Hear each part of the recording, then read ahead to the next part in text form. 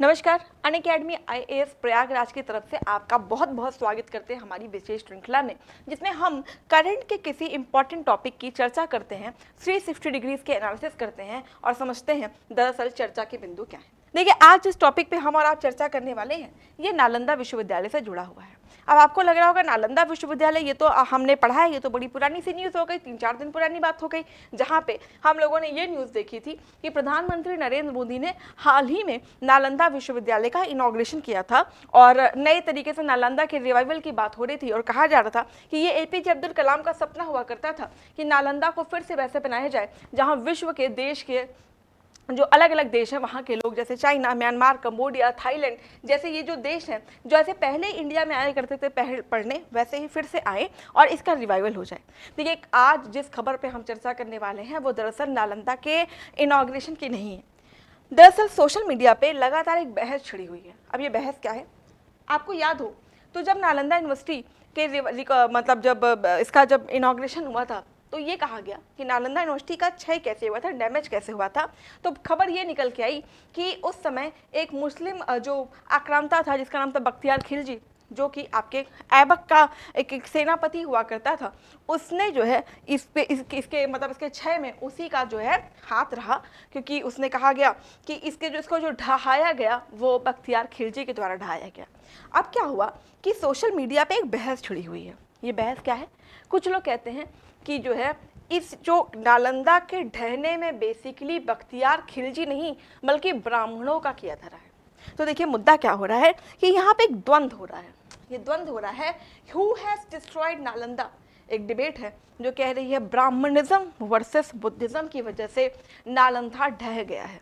ठीक है, Brahmanism versus Buddhism का मतलब है कि कहा यह जा रहा है कि ब्राह्मणों को यदि सबसे बड़ा खतरा था तो बौद्ध से था, और इसीलिए कॉन्स्पिरेसी के तहत उस समय ब्राह्मणों ने बेसिकली नालंदा विश्वविद्यालय को ढाया था। ये जो है न्यूज़ जो है लगातार सोशल मीडिया पे चल रही है। अब क्या इसके पीछे का लॉजिक है, किस लॉजिक के तहत ये सारी चीज़ें कही जा रही हैं और उसमें हमें क्या चीज़ समझना है अपने एग्जाम पॉइंट ऑफ व्यू से, इसको जरा हम और आप समझते हैं। देखिए, कुछ लोग इसको राजनीतिक एंगल से देख रहे हैं कि हो सकता है ये ऐसा कुछ भी ना रहा हो, बल्कि पॉलिटिकल गेन लेने के लिए, पॉलिटिकल मैनिपुलेशन के लिए इस तरह की जो न्यूज़ है वो सामने आ रही है कि ब्राह्मणिज्म वर्सेस बुद्धिज्म जो है नालंदा के पीछे ढहने का एक कारण है। ठीक, देखिए जरा हम देखते हैं कि जो न्यूज़ थी वो ये थी Nalanda university N ancient centre of learning, जहाँ पे हमने देखा था कि किस तरीके से प्रधानमंत्री नरेंद्र मोदी ने इसका इनॉग्रेशन किया था। चलिए जरा हम एंशिएंट टाइम पे चलते हैं, और एंशिएंट टाइम में आपको याद आ रहा हो तो जो शुरुआत हुई थी वो हुई है स्टोन एज, पाषाण काल के बाद जो समय है वो है आपका आईबीसी, इंडस वैली सिविलाइजेशन, जहाँ पे पूजा किसकी होती थी, तो आप कहेंगे इंडस वैली सिविलाइजेशन में पूजा होती थी प्रतीकों की। अब इसके बारे में इंडस वैली सिविलाइजेशन की जो मतलब जो लेख है वो क्योंकि अभी तक डिसाइफर नहीं हुआ तो एकदम स्पष्ट कह पाना मुश्किल है। फिर भी वहाँ पे मातृ देवी की सीलिंग का मिलना, पशुपति की सील, जहाँ लगता है कि हाँ प्रतीकों की पूजा होती होगी। वैदिक कल्चर, जहाँ पे अब प्रकृति पूजा होने लगी, और यहीं से कहा जाता है कि ब्राह्मणिज्म का उदय शुरू होता है। ब्राह्मणिज्म का उदय हुआ और उसमें कई सारी चीज़ें ऐसी थी, कई सारे ऐसे एक तरीके से कर्म थे जो आम आदमी के लिए कर पाना बहुत मुश्किल था, जिसको कर पाना उनके लिए बहुत बड़ा चैलेंज था। जैसे वहाँ पे बलि का कॉन्सेप्ट था कि भाई वो बलि देंगे। ठीक है, ब्राह्मणिज्म में ये कहा गया कि तुम बलि दो, उपहार दो, तो तुम्हारे देवता खुश होंगे, और वो देवता किस पे होंगे, प्रकृति पे। ठीक है, अब इस तरह की जो चीज़ें वहाँ पे चल रही थी, अब ये सारी चीज़ें जब चली तो या इवन कहा जाता है कि ब्राह्मणिज्म में जो ऋण लेना है उसकी भी मनाही थी। तो इन सब के चलते ब्राह्मणिज्म में फ्रैक्चर्स आने लगे, और आते आते जो 600 बीसी का टाइम आया वहाँ पे नए धर्मों का उदय हुआ, और ये नया धर्म था बुद्धिज़्म, जैनिज़्म और अन्य धर्म जिनको हम श्रमण्स के नाम से जानते हैं। तो कड़ी टक्कर होने लगी बुद्धिज़्म और ब्राह्मणिज्म की, और धीरे धीरे करते करते हम मॉडर्न जो कि बुद्धिज़्म को ही अपनाते गए। इसके बाद पोस्ट मॉडर्न, और इसके बाद गुप्त काल। तो देखिएगा, जब गुप्त काल शुरू हुआ तो कहा जाता है गुप्त काल ये वो समय है जब ब्राह्मण धर्म था उसने अपने रिवाइवल कर लिया था, और तब तक जो बुद्धिज्म है वो डिक्लाइनिंग फेज में आने लगा। और डिक्लाइनिंग के पीछे भी कई कारण दिए जाते हैं, जैसे आफ्टर बुद्धा उनके जो शिष्य हैं उनमें मतभेद का आ जाना, जैसे बुद्धिज्म आपके कई भागों में बढ़ गया, हीनयान महायान में बढ़ गया, बाद में इसमें वज्रयान तंत्रयान भी आ गया। जो बुद्धास मॉनेस्ट्रीज थी वहाँ पे करप्शन की न्यूज़ आने लग गई। और तब तक जो है ब्राह्मणिज्म ने अपने आप को रिवाइव कर लिया और क्या किया कि हर चीज़ों को अपने में आत्मसात करना शुरू कर दिया, राइट। लिबरल हो गया, भक्ति का कॉन्सेप्ट आ गया कि भक्ति क्या है, सखा भाव रखना भी भक्ति है, माता पिता की तरह भगवान को देखना ये भी भक्ति है। मतलब मेरा और भगवान के बीच का जो कनेक्शन है वो बढ़ना शुरू हो गया। यानी गुप्ता ये वो टाइम था जहाँ पे ब्राह्मणिज्म अपने रिवाइवल के दौर में था, और यहाँ पे कॉन्सेप्ट आ गया था भक्ति का। भक्ति कहने लगी त्वमेव माता च पिता, तुम्हें सब तुम ही हो, भगवान तुम ही माता हो, पिता हो, बंधु हो, सखा हो, सब कुछ तुम ही हो। और इसी वजह से जो बुद्धिज्म में क्षय होने लगा था, इसको ब्राह्मणिज्म ने अपने आप में आत्मसात किया और ब्राह्मणिज्म रिवाइव होने लगा। ये गुप्ता का टाइम है, ये वो टाइम है जब नालंदा की नींव रखी गई। आपको पता होगा कि कुमार गुप्त ने बेसिकली नालंदा यूनिवर्सिटी की नींव रखी थी। इसके बाद जो भी राजा आए वहाँ पे देखेंगे तो हिंदू धर्म प्रोमिनेंट था, हिंदुइज्म प्रोमिनेंट था, और धीरे धीरे इसी क्रम में इंडिया में डेवलपमेंट होने लगा। तो जो भी नालंदा यूनिवर्सिटी में जो भी इस समय क्षय हुआ उसके पीछे का रीज़न ये बताया गया कि भाई बख्तियार खिलजी के आक्रमण से ऐसा हुआ।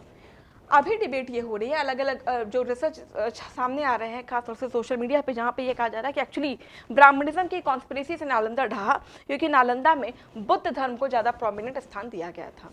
अब इसके पीछे के अगर आप रीजंस को खंगालें तो कहा जाता है कि कई जो रिसर्च सामने आई, जिसमें सबसे बड़ी रिसर्च आ रही है DN झा की, जिन्होंने ये बोला कि एक्चुअली जो उस समय के ब्राह्मणिज्म थे उन्होंने, क्योंकि बुद्धिज्म से इनका कॉन्फ्लिक्ट था, इस वजह से इसको ढहाने का काम किया, और उन्होंने सेकेंडरी सोर्सेज जो रिसर्च के होते हैं उसका आधार बनाते हुए बात कही है। जब आप कोई रिसर्च पेपर लिखते हैं तो उसमें प्राइमरी सोर्सेज, सेकेंडरी सोर्सेज, इस पर काम होते हैं। तो सेकेंडरी सोर्सेज का मतलब ये किसी किताब में आपने पढ़ा और वहाँ से रेफरेंस लेके आपने ये बात कही। तो DN झा ने एक किताब को आधार बनाते हुए ये कहा कि उस समय दो जो तीर्थिकास थे, दो तीर्थिकास में जब तपस्या के द्वारा पावर आ गई तो उसने तपोबल के पावर से नालंदा को जला दिया था। मतलब दो तीर्थिका जो कि ब्राह्मण है, तो वो तपोबल से नालंदा को जला दिया था, ना कि बख्तियार खिलजी के आक्रमण से नालंदा जला है।